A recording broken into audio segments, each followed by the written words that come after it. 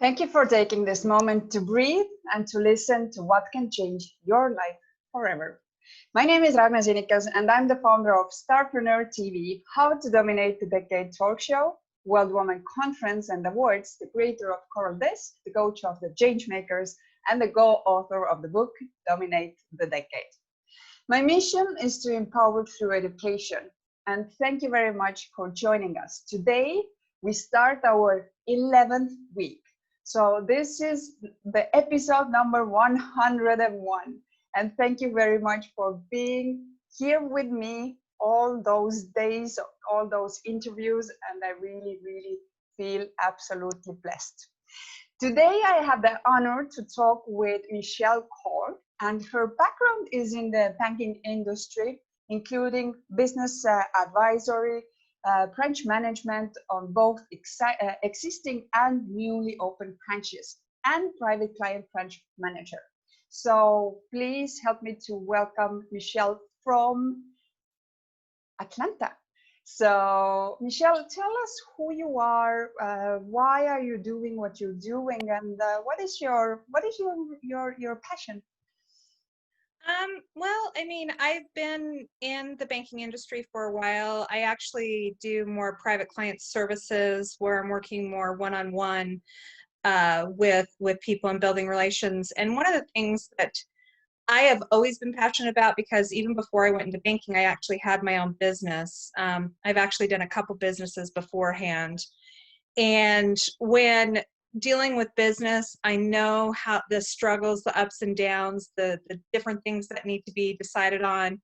I mean, when you're the business owner, you kind of wear all hats and do everything that you can to get your baby up and running. And so therefore, with my background with having my own businesses, I've been able to help a lot of customers I deal with to help grow their businesses. And the other thing is that when I look at society, in general, I don't care what country you go into, the backbone of those countries and what makes those countries thrive is individuals owning businesses. It's not the big corporations. It's the individual business owner. It's the entrepreneurs that are out there striving to do more for the communities. They're the ones that are the biggest people who employ most of the people in the nations, those kind of things. And for me, that's one of the things that I'm passionate about, is helping businesses thrive, helping people grow their passion, ignite that fire and their dreams, and get going, and get people to start doing something that they really want to do. They just don't know how. And so that's where I've helped a lot of people. And I also know people, one of the ways that they actually help do that is when you actually start your own business, you eventually start to create your own wealth and your own dreams and your own passion, and live your own life with purpose. I believe in living life with purpose. And this is one of those things. And most wealthy people are typically business owners. You are very correct. So you are in the beginning of your own story. You're going to have a baby very soon, and in some weeks, or even not weeks, maybe anymore. So congratulations, and I guess you do feel like again like starting all over. So we talked about little about your the purpose. What would you say today, like you are becoming a mother? Do you see the business and now coming or being a new mom, like what are your feelings? Are you afraid of something? Are you excited? Where you see opportunities, where you see challenges? Like tell us your emotions, what is going on just before. Oh gosh, there's such a range of emotions there. I really, I'm looking at doing things and helping people. I want to show my child the importance of living with passion, and living with and going after dreams and desire and goals, and how to do it with a good purpose and a good system that's put into place to help you achieve success. Um, the world right now is so crazy and so changing, and we're all having to adapt quite quickly, a lot quicker than I think in any other time in our history. And I mean, it's a little bit nerve-wracking to say, okay, what is this world going to look like in a month from now, and 2 months from now, and 5 years from now? But the fundamentals don't change. Business is going to be around. People need jobs. People need to work. People, people have dreams and desires. And I also want to give myself more flexibility to go ahead and, have spend a little bit more time and have more maneuverability about spending time with my child at the same time. I'm actually in the process of kind of stepping slowly back. I'm not there yet, but stepping back from doing the banking career and more focused on the business side, because I want to spend more time. I love dealing in the banking. I'm good with people. I'm good with numbers. I'm good with understanding and helping maneuver and change things for my customers. But I want to take that and actually take it to the next level to help them in a whole entire another way. So before we talk about the actual tools and tips, what we can give for people that are thinking to start a company, what do you think? How do you distinguish yourself in business and in life? Honestly, the biggest thing to distinguish a person, I think, in anything is it's not something that can be taught. You just have to be your authentic self. That in and of itself will be right, but you have to make sure you go out. You have to have follow through and follow up. I don't know how many times that I've dealt with people that say that they're going to call me or they're going to do this and don't do it.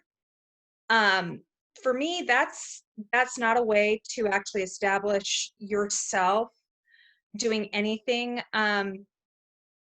Really defining yourself is putting something together that's going to help somebody, and then showing that you're going to be there for them. You're going to be loyal and keep pushing to help people grow. When you do it with a heart to help others versus helping yourself, that makes a huge difference.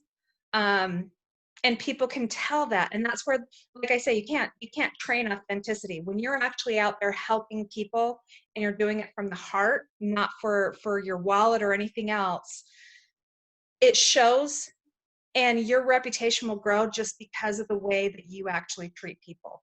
That's really what it is. What it boils down to is just really taking care of people, being loyal, and doing it from the heart. Beautiful words. Thank you. Thank you very much. So you have seen so many people starting their business. So Yes.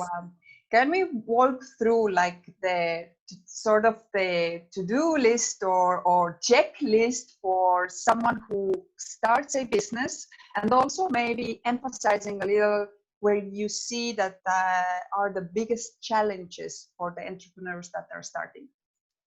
Sure. One of the biggest things that I think a lot of people have as a misconception or don't realize is a lot of people think that starting a business is going to be expensive.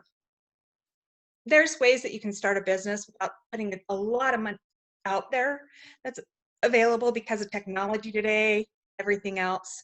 One of the other things is when talking to a lot of people who are starting, because they're scared, they don't know how to set up like what kind of company or anything else. There's enough tools out there. You can even ask your CPA or your accountant or anything else, which is the best business to set up.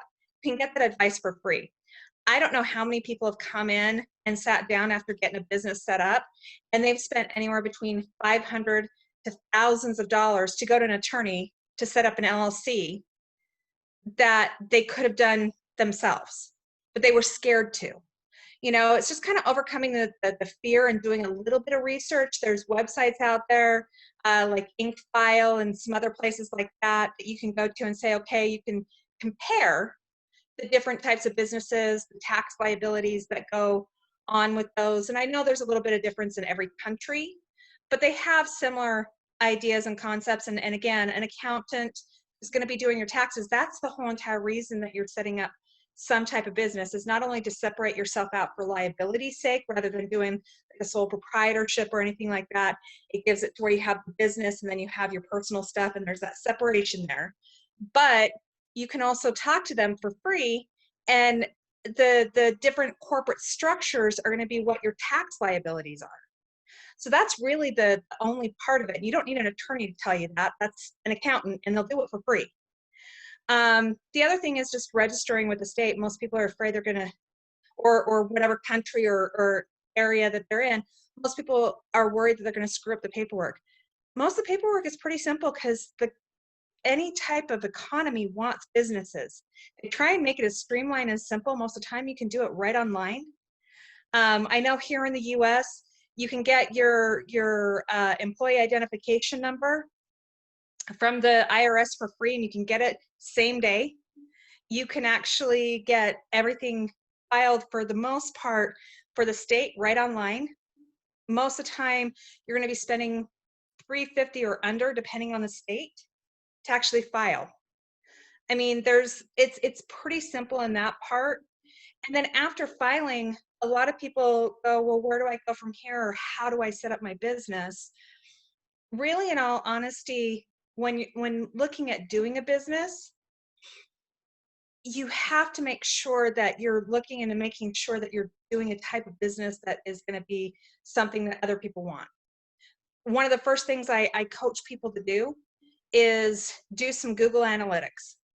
Start typing in what you're looking to open up your business in, and if more of the words fall through when you're typing that in and it comes up, great. There's actually some Google stuff that you can actually look into the analytics of saying how many times it's searched, everything else, to give you an idea of if there's actually a business there. Because I mean, I may be a good juggler, but it doesn't mean I'm actually going to make a huge career out of juggling.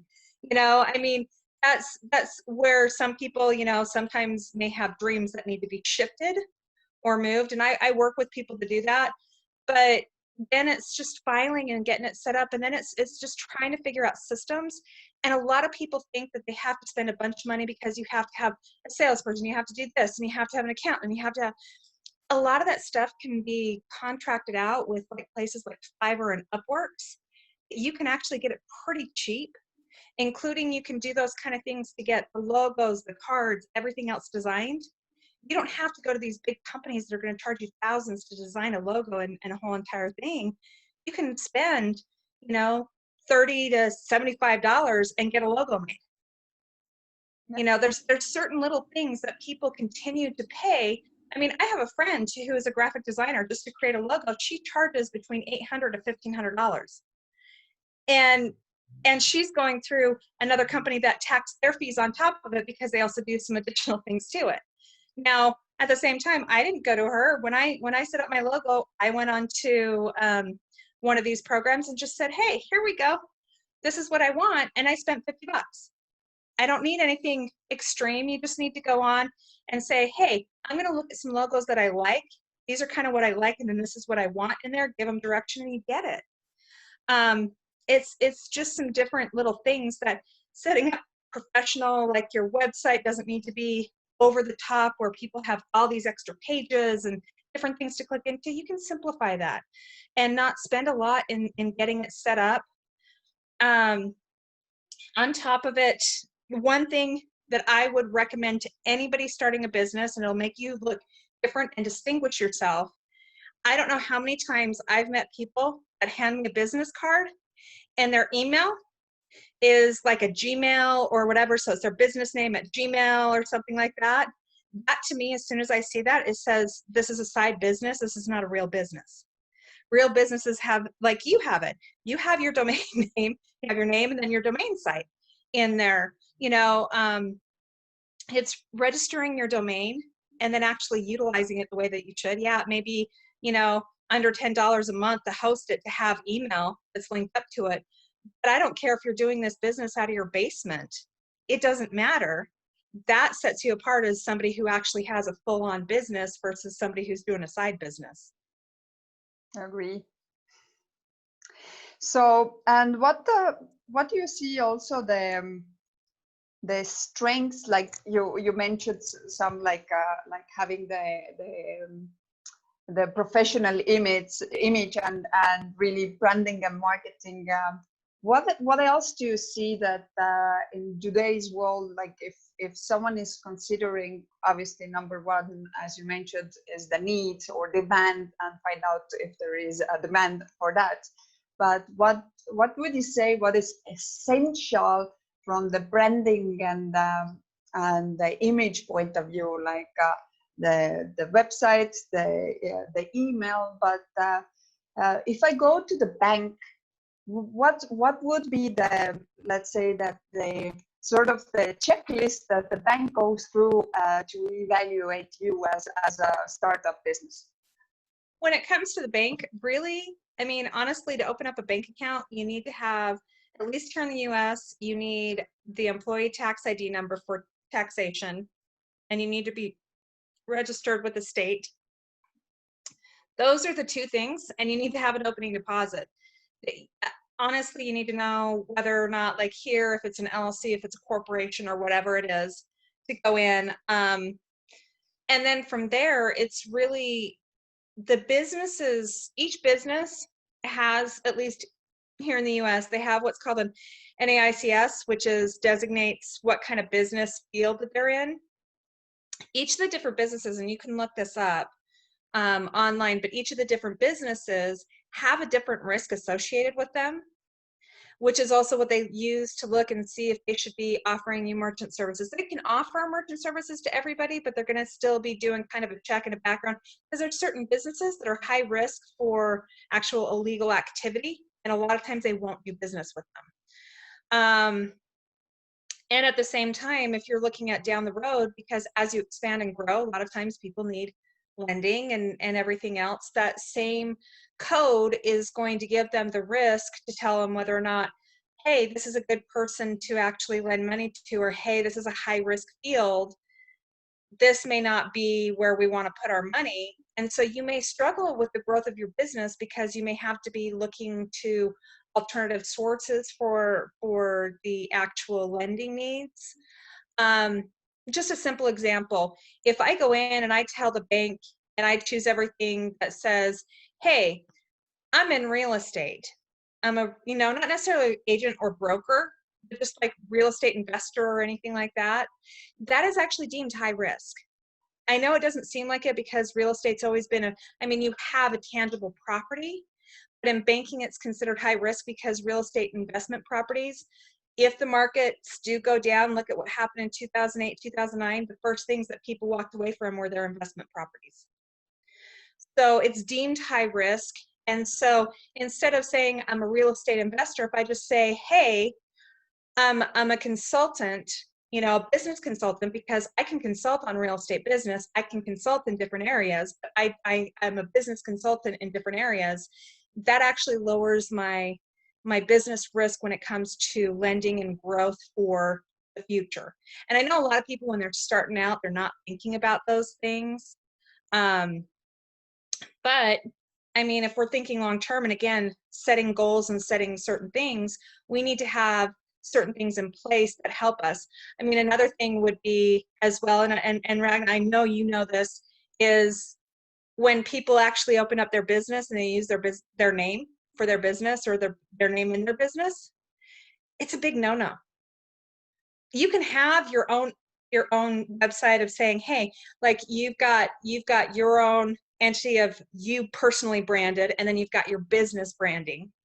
You need to have those two separated out, because if you are truly an entrepreneur, if down the road, let's say you grow this to the point where you want to sell it and get into something else because something else has caught your eye or whatever the case may be, if it's your name, it's not really necessarily a business that's a sellable, because you are the business.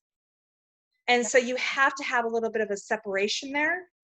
The other thing is with the name too, is you've got to have a name that you should be able to have a child know what it means and what you do. It should be pretty straightforward. It shouldn't be you have to explain it or anything else.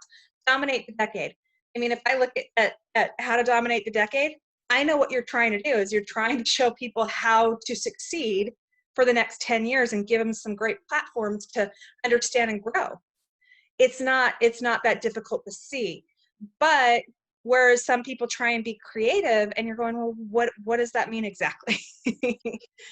So, I mean, those are some things when we're talking about branding too, you got to talk about simplicity and making sure that you understand that there's you and then there's your business. And they're two separate things, and you should always keep those separate with the names and everything else too. Very valuable insight. What would you say? I know that you are not exactly specialist on that, but we have a lot of people. We have people watching from UK, and let's say if they would be considering or they want to open a business in US, would you say that it's relatively easy for a foreigner or not? It's gotten a little bit harder for foreigners. Like you can still, if you register into the US, you can still get that employee ID number without you being a citizen. You are still having to fill out paperwork and everything else for it. Because when you actually go on to the IRS's website in order to get that, it does say who is actually filing for this, you know, and you have to give the information of who's providing all that. I do know some people that'll just have like companies that'll actually file for them. And again, that's an added expense. You don't necessarily need that. But I do understand that when it comes to opening up the business accounts, it's a similar thing. Most banks don't require you to have a social security number or tax ID number in order to open an account. However, you do have to have certain identification and you do have to be in person. But not having a tax ID number, individual tax ID number, or a social security number will hinder you from being able to get any type of lending in the US. Very well. So whoever was listening and have additional questions, and I think Michelle will be more than glad to assist you afterwards when she shares her contacts with us. Absolutely. But, what would you say, or how can entrepreneurs dominate in the marketplace when it comes to successful business structure and setup? What do you think? Honestly, as you're starting to go into the business, one thing that I would say is one of the first things you should focus on is systems. When you're looking at something, your sales system, your data entry system, everything needs to be systematized. So that way, if you are bringing in people as employees, you can teach them the system and it runs the same. It doesn't matter who's doing it, it should be the same. Now, I know even with your sales, there needs to be a system with sales of how do we do this? How do we take them along from point A to point B to point C?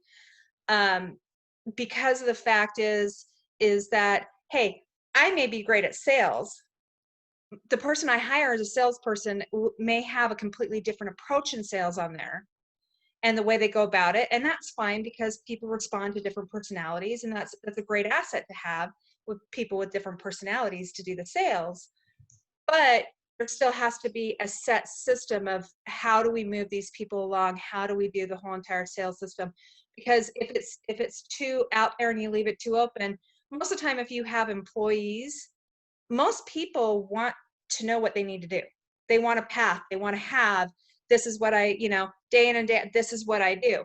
Most entrepreneurs, even though we are out there and saying, hey, I'm going to go out and make things happen, we still have to even follow, okay, I'm going to write stuff down of this is my to-do list. These are the things that I need to accomplish. This is how I need to run my business. And these are the XYZs of what I need to do daily to continue my business down the road. So the faster you can set up systems within your own business to do that, even if it's just for yourself, knowing that down the road you may be teaching it to other people is vitally important. And at the same time, it goes along the lines of down the road, if I've done great with this business and it's booming, because I've had customers that have done fantastic with their business where there's somebody who comes in and wants to buy them out for a great price. They weren't even looking to sell, but they got a great price out of it. And they're like, I might as well. I mean, why turn down the money? but they also have a system in place to where if this person takes it over, there's still stuff running the same way. There's no change whatsoever, just maybe some changes in policies or whatever the case may be. But that's really ultimately, if you want to look at any type of business that has ever grown, has ever succeeded, it's in business. It's in creating the systems for the business in all the different areas.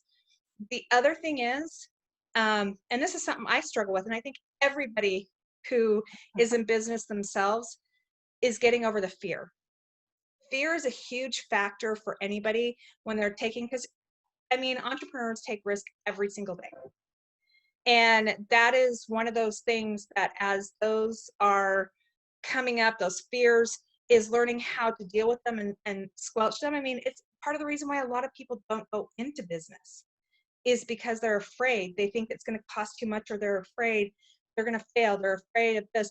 But the thing is, you got to think about it from a different aspect and say, okay, but what if I don't fail? What if I fly? What if I do fantastic? What's going to happen to my family? What am I going to be able to do in my life, and the impact that I'm going to have out there in my world, in my community, and the people that I know? How is that going to help them? If I'm really holding back, is that really helping them? Am I really fulfilling my true potential? Or am I just scared and saying, well, somebody else can do it? Because I mean, I think today, with what's going on in the world, with everything, we've finally gotten to the point where, you know, we've got to quit passing the buck and just say, hey, I'm going to take responsibility for this. Hey, I'm going to take responsibility for this. It's my own decisions, my own life. And one of the biggest ways is to, when you get up in the morning, is to say, okay, what do I need to accomplish today? What do I need to overcome? Get rid of the things that you fear the most of doing early in the day. It makes the rest of the day go fly right by. If you get those heavy items out of the way, whether it be that you have to make those phone calls you don't want to make, whether it be that you have to talk to some employees that you really don't want to have those conversations with, the faster you get over those things, the quicker you can move on to things that are going to be productive and move you forward. But you can't stick your head in the sand like an ostrich. It's the doesn't go depletion away. of your willpower, no? Yeah, and that's really it, is that you've got to have those goals. And it's not saying that I'm going to look at the goal and have those dream boards up and say, this is my dream. It's great to have dreams, but if you don't have steps to get you there, and things that you are working on daily, and things that you are overcoming daily, your fears, your different things that you have to work on yourself to get improvement on, to get you that next step, you're not going to succeed or dominate. You may survive, but you're not going to take it to that next level without actually pushing past those fears and those limits. I'm really happy that you brought this up. I think clarity and simplicity, in a sense, is the two keywords which, when we are in the middle of all of it, it's what we tend to forget, and then we're like, how this simple thing got so messy, no? But yes, again, yes. there's so much information coming in every day, and especially when we're never ready for the entrepreneurship is learning every day, having challenges every day. Yep. Whoever wants to start and doesn't understand that part, then don't even start. Yep. You think that it's a smooth ride, but it's adventurous. It is a lot of adrenaline, and obviously the rewards when you really do something that you are meant to be doing, it's incredible. So thank you everybody who has joined us. So if you have any questions, recommendations, or comments, please leave them here in the chat area, or I'm watching Ragne Sinika's profile. But if you leave the question under the Coral desk, we will answer those questions after our session. So none of the questions will stay without answer. So don't worry about that. So until people are writing to us, Michelle, what would be your 3 recommendations how to dominate the decade? The 3 recommendations of how to dominate the decade: first is to get out of your head and do it. I mean, that's one of the things that I think where been talking about simplicity and everything else, we tend to overcomplicate because we think of too many different scenarios in our head. And just getting out of our heads and actually going forward and doing the work that needs to be done is a huge thing.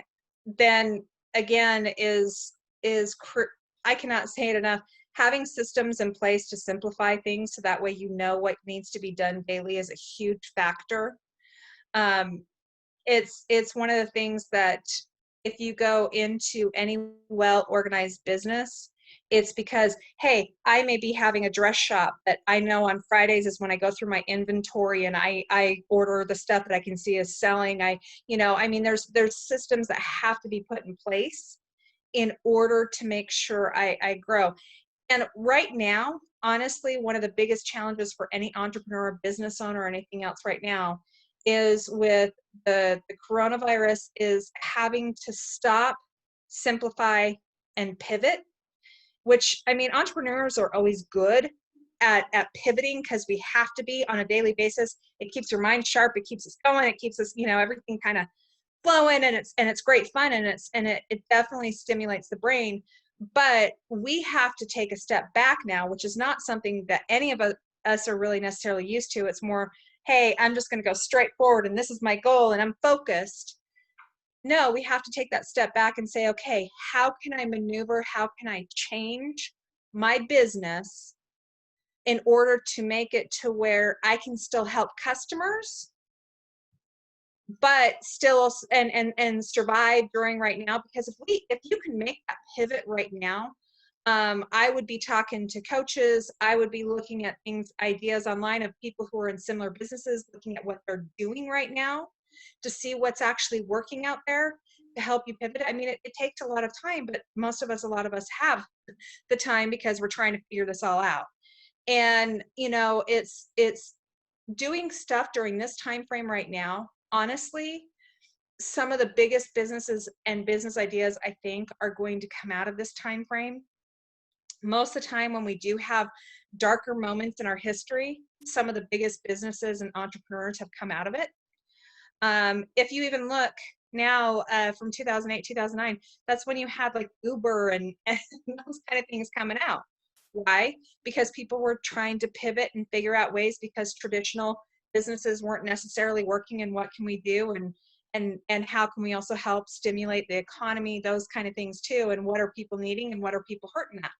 So, taking that step back, learning how to pivot, keeping things simplistic with systems, and getting out of your own head and just doing the work, I think are the biggest things that somebody can do in this time frame to really go forward and help them grow and survive, and if not thrive in the future. Because the better you can be during this time frame, imagine what will happen when the doors open up and the floodgates open. Then you'll have what you did beforehand along with what you're doing now, and you can double the impact. Couldn't agree more with you. So we have some questions. What is the hardest lesson you have ever learned? The hardest lesson I've ever learned is actually going into business with a partner. One of my business beforehand, I helped my ex-spouse and I, we actually developed the whole entire hanging locker bag business for the hotel and casino industry, as well as the jail industry, and it was running smoothly. I did all of the marketing for the business, put everything together. And when I did that, my husband at the time got injured. And so I needed to have somebody who could help me do some of the other stuff, because we were doing enough work and so I actually turned to the person that I was using to make the bags and bring them in overseas, who was actually stationed here in the US, but he had the connections overseas. And then he also had a whole entire group of ladies that would sew bags and everything else here for the smaller orders. I brought him in as a partner, and I learned a lot about having partnerships, because with partnerships, typically both sides always think that one person is doing more than the other, that they deserve more than the other, that there's always those differences of opinions. because we all see things for what's in it for me. And honestly, I don't think going forward that I would ever necessarily have a partner again. And it's not that there aren't good partners out there. It's just that a lot of times it's hard to make decisions when you have two people trying to make those decisions. It's easier when you have a goal and going forward. Like even if you look at Steve Jobs and Steve Wozniak, they were a great partnership, but the reason why they were a great partnership is because Wozniak didn't want to have any of the stuff that Jobs was doing. He just wanted to be in the background and create really cool stuff. You know, and Steve Jobs was really the one with the passion, the goal, the vision, everything else. And so, and Wozniak would tell you to this day that, I mean, he was that. He is just, you know, but they were a great partner because Steve Jobs brought the best out of Wozniak and knew how to utilize it. But as far as it goes, I mean, that partner ended up actually cutting me out and starting his own business on the side, and cut me out and took a lot of my accounts that I had and brought it over to him, because he's like, well, I'm doing everything. What is she doing? So even though I was the one who created the relationships, maintained them, created the marketing, he didn't see that because he was the import. So that's one of the biggest things, is that when I would tell anybody, if you're going into any type of partnership, you really need to really evaluate whether that is a good plan or not, and how that's going to look like in the future, and have things, you need to have a very clear set contract, and also look at the possibility of, well, if this doesn't work, how does this get separated out? Then we have, what is the milestone you are most proud of? Oh, most proud of. You know, honestly, my most proud moments are development of people. I love people. It's part of the reason why I also like businesses, but I love helping develop and grow people into their passions. Being in the banking industry, I've taken people from tellers who are now private client bankers, who are now in private equity firms that are helping, and I still mentor them. They still come to me for questions, everything else. And honestly, I love seeing growth in people. I love seeing growth in business. Those are two things that I've always been passionate about. It's part of the reason why I want to help people get businesses up and running, because I love to see the growth in business, and the growth that it affect how people grow with their dreams is one of the most beautiful things to see. How can I come up with a business idea if I've never owned a business? That's a really good question. I actually am doing a couple sessions with people right now about trying to figure it out. Honestly, one of the first ways that I would look is, I would sit down and say, okay, what are things I like to do? What am I good at? What is my job history? What have I done to actually help with that? Like I have somebody right now that she doesn't know what to do. She's always been more of like either an office assistant, or, you know, a office manager, and depending on the situation. So she has great organizational skills. So there's different things that you can look at based off your skill set, and say, okay, I can make a list of, these are things that I'm really good at. These are things and skills that I have that I know I'm very competent at. What are some industries and what are some things that I can do utilizing some of these things, and put those two together? Like for somebody like her, the other thing is, she's really, I mean, she's a social butterfly, and she's constantly involved in different themed parties and everything else. And I'm like, okay, so you're organized. You could actually do events once that opens up, and be an event planner, because of the fact that you're really good and you know how to help organize all the background stuff that it takes to make these parties happen. But you also have the organizational skills to actually keep and run an office and do it for yourself. However, right now, that's not exactly feasible.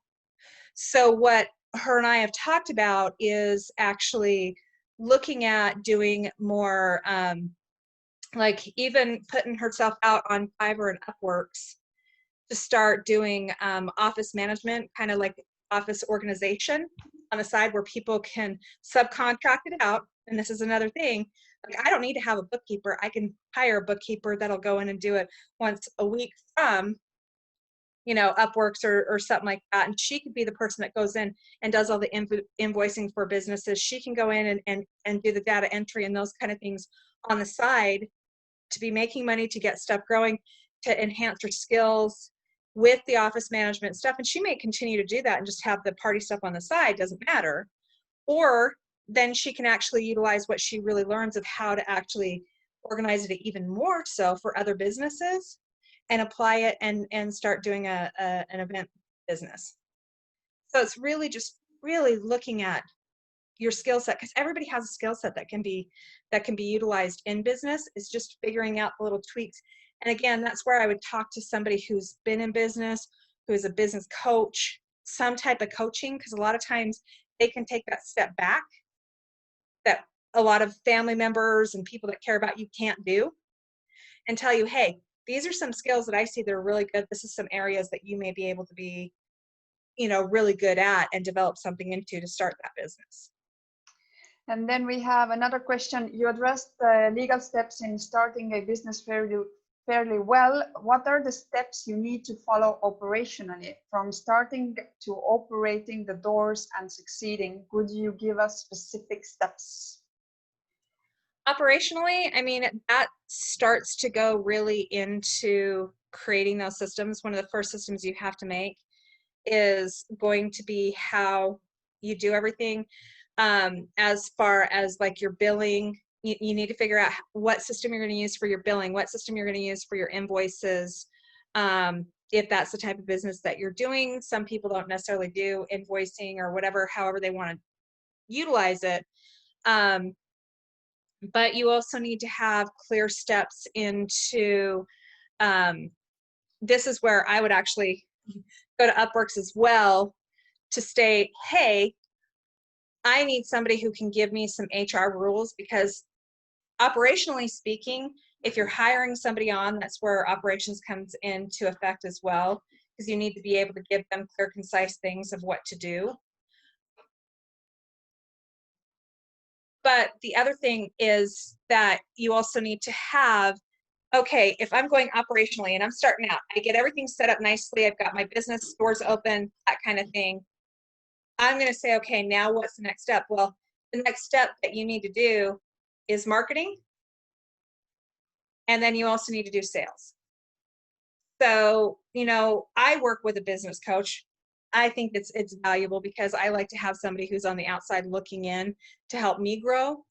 And one of the things that I look at doing with them is, and Ragnar, I know you know this, and in a lot of different areas they talk about this, it's you work with people, the first 3 you give your services for free, the next 3 you give them at half price rate, and then those people you utilize to get testimonials, that kind of thing, to help it grow.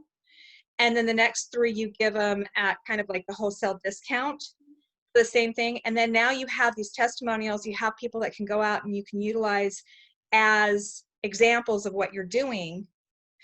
And it also will help you during those time frames to actually create more of a system of, oh, the first 3 I did for free. Well, I need to tweak this and I need to tweak that a little bit. So the next 3, now I have a better set idea of how to approach this. Boom. And then the next 3. Now, I know in some retail spaces, which, is a little bit different, that's where if you're going into retail, it's really, you have to do your research on what is selling and what isn't. And then also make sure that you're checking it on a weekly basis. Your hot items, you need to check trends. You need to look at some things. Right now, it's actually very, very cheap too. If you're doing more retail or an online sales where you have products you're selling, it's really cheap right now to get influencers. You can actually, I was surprised when looking at the rates for influencers to actually put stuff out there for you. You get a couple really good influencers that will talk about your brand.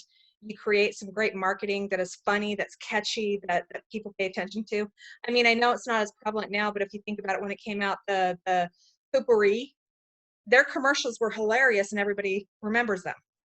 There's other companies out there that do the same things that they do, but that's the brand that you think of for that. But that's because their marketing was so comical, it became viral.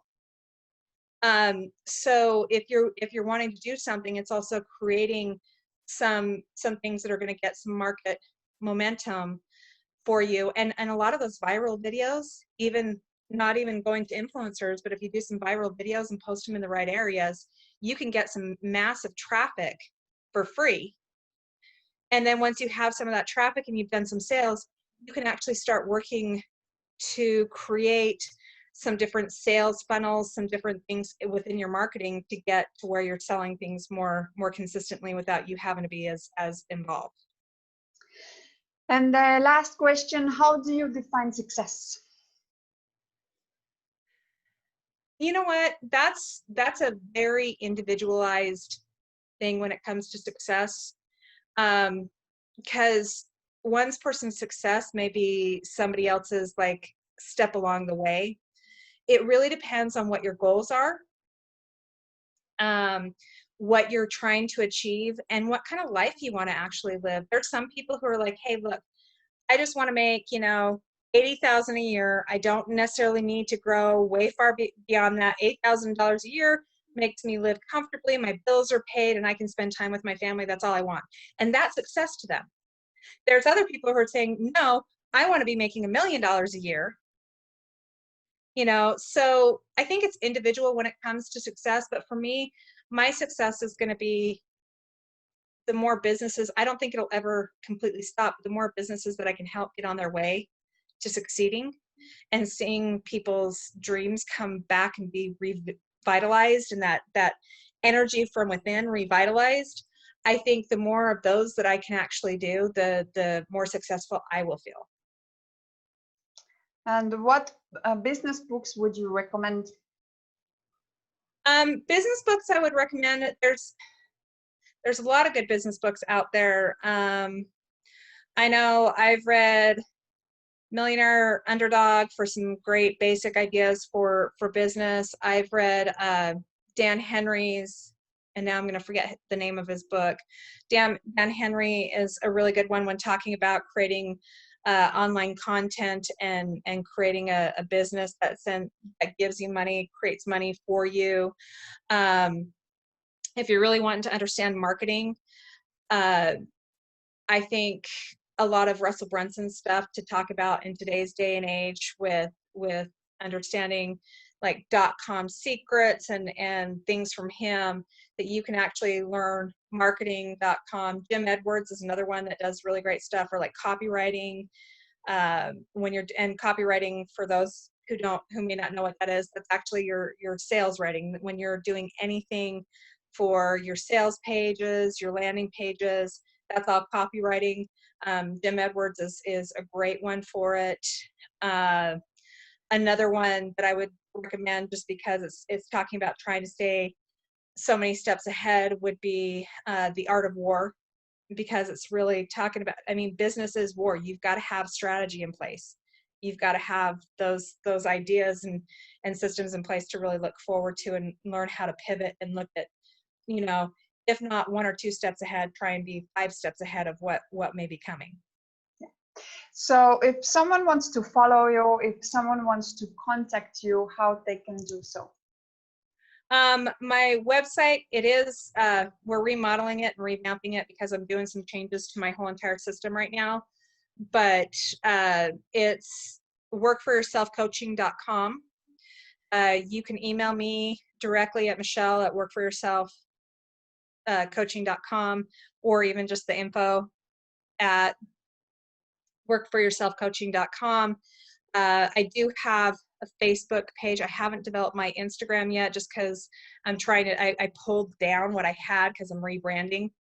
And so I'm just really I'm going through a little bit of a transition myself of just trying to pivot and focus on some different areas to help people than what I was traditionally doing.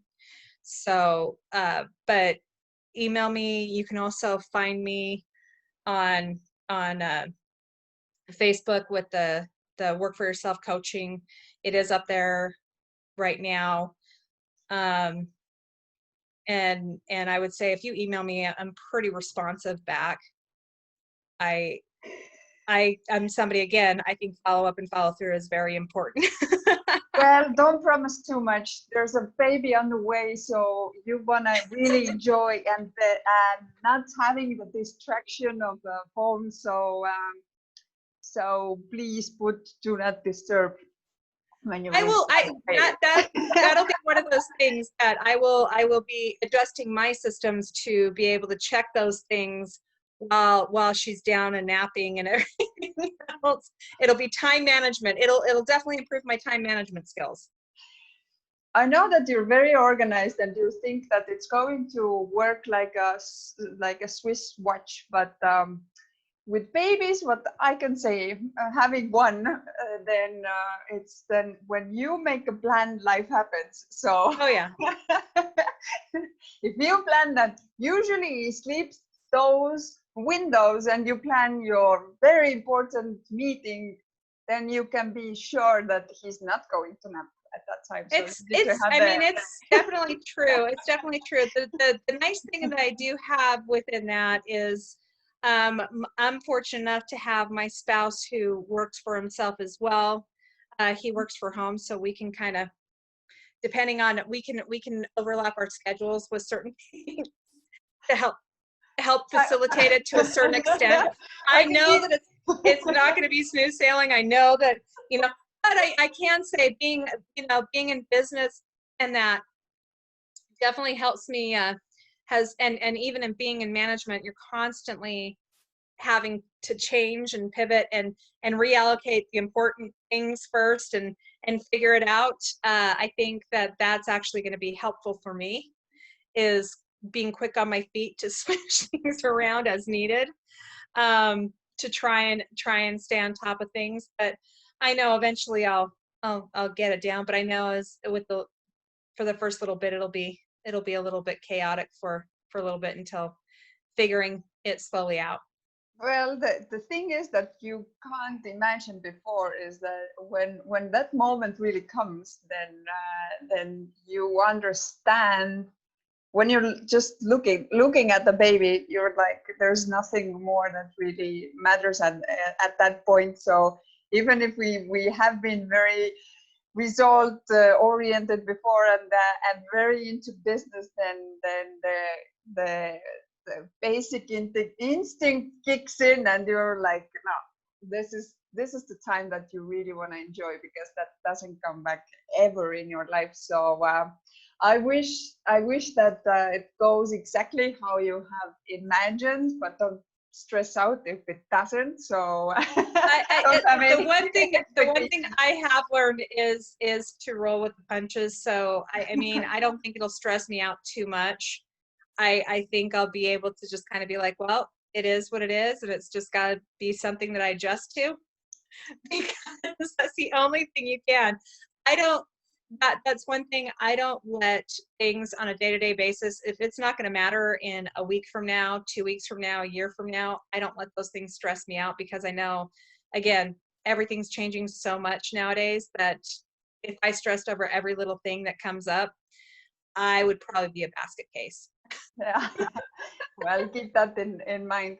So, Michelle, what would be the last message to everybody who's watching now? And we have a lot of people that will watch it tomorrow because of the time change. So, sure. The biggest thing that I would say is, if you're thinking about starting a business, make sure you've got something that's definitely tangible, that really looks to be like a good source. You've done a little bit of the search behind it to make sure it's a viable business. Get out of your head and just go out and do it. Now's the time. I mean, it doesn't hurt to try right now. It really doesn't hurt to try. And if anything, if you can do something a little bit different, it's actually going to make you more successful as things kind of get back a little bit more towards the normal. I don't think we'll ever have exactly the same again. And if you're already in business, I know a lot of businesses are struggling right now, and because they're in areas that stuff are shut down. People can't come into their stores, or they can't go out and do what they normally do. But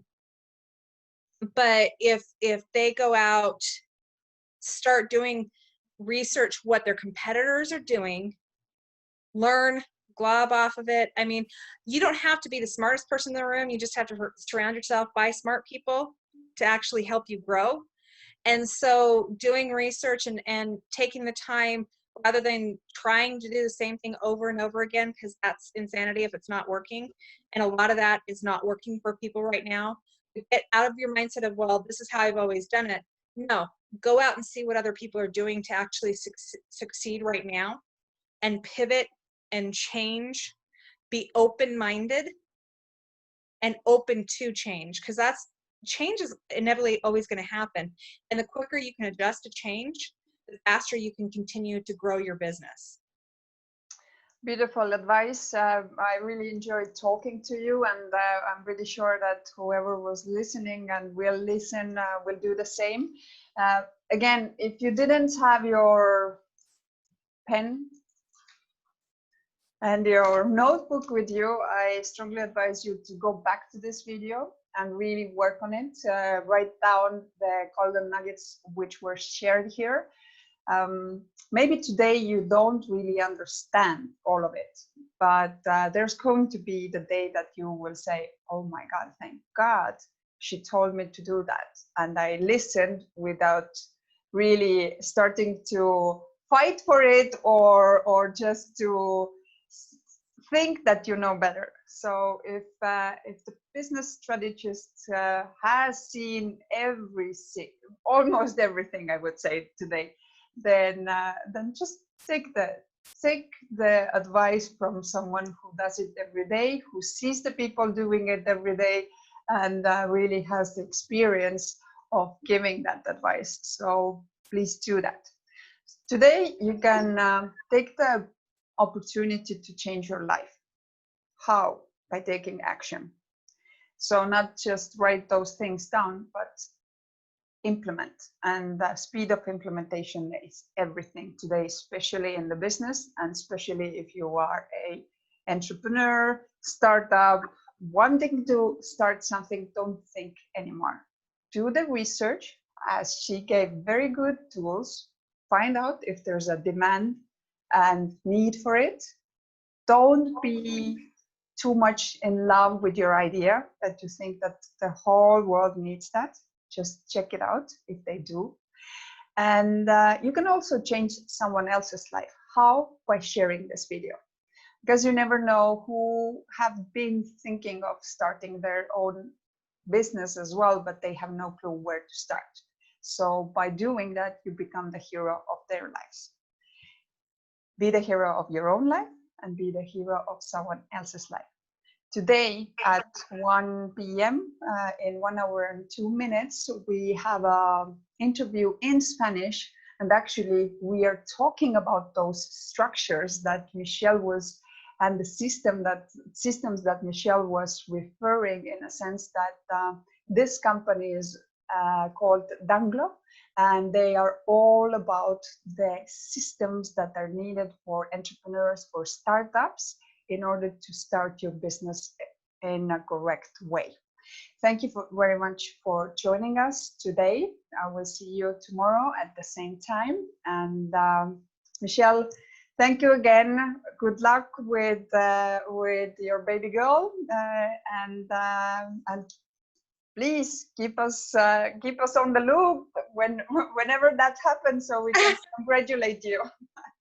Absolutely, Ragna. Thank you so much for having me on. And again, I just truly appreciate the fact that you're trying to go out there and really help people. This is what, when I talk about leading with your heart, this is what you're doing. You're leading with your heart to help the people. And there's nothing more beautiful than those kind of things. So thank you so much for going out there and trying to help as many people as you can.